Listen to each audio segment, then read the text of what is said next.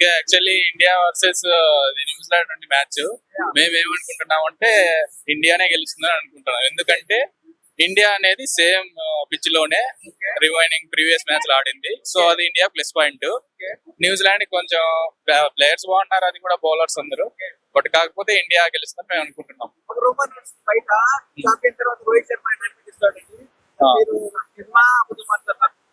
అది చూడాలి, అదేంటన్నది మనకు డెసిషన్ తీసుకోలేం కదా. సో అది మ్యాచ్ అయిపోయిన తర్వాత వాళ్ళు చెప్పేదాన్ని బట్టి మనం. చాలా మంది రోహిత్ శర్మ వర్సెస్ విరాట్ కోహ్లీలో మ్యాచ్ పడతారంటారా? సెంచరీ ఇద్దరు కలిసి సెంచరీ అనేది చెప్పలేం కానీ మ్యాచ్ అయితే పక్క గెలుస్తుందండి. న్యూజిలాండ్ భారీ స్కోర్ చేస్తారు. భారీ స్కోర్ న్యూజిలాండ్. ఇండియా బౌలర్స్ కూడా బాగున్నారు కాబట్టి 300 కంటే తక్కువ స్కోర్ ఉంటే పక్కా ఇండియా వినండి. ఆ తర్వాత కూడా మన వాళ్ళు గెలవడానికి ట్రై చేస్తారు. బట్ కాకపోతే మనకు బెటర్ గా ఉంటది 300 కంటే తక్కువ ఉంటే, అది అనుకుంటున్నాం.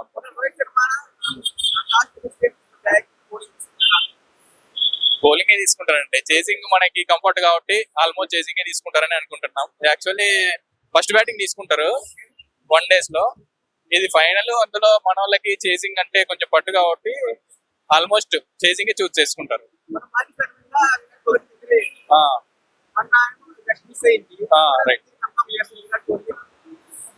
బేస్డ్ ఆన్ మ్యాచ్ అది ఇప్పుడే మనం ఎక్స్పెక్ట్ చేయలేము.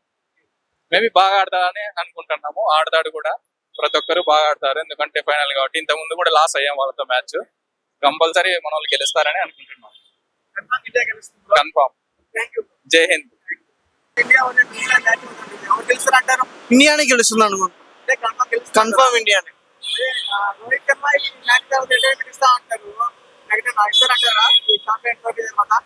అదేమో తెలియదు బ్రో నాకు. రోహిత్ శర్మ విరాట్ కోహ్లీ సెంచరీ చేస్తారంటారు. ఇప్పుడు ఇద్దరులో ఎవరైనా సెంచరీ కొడతారు అనుకుంటున్నాను. కన్ఫర్మ్. న్యూజిలాండ్ భారీగా స్కోర్ చేస్తుందని అంచనాలు ఉన్నాయి ఇండియా. మీరు ఏ విధంగా ప్రకటిస్తారు? ఎంత స్కోర్ చేసినా ఇండియా చేస్తుంది అనుకుంటున్నాను. కన్ఫర్మ్ చేస్తుంటారా? ఎస్. Thank you.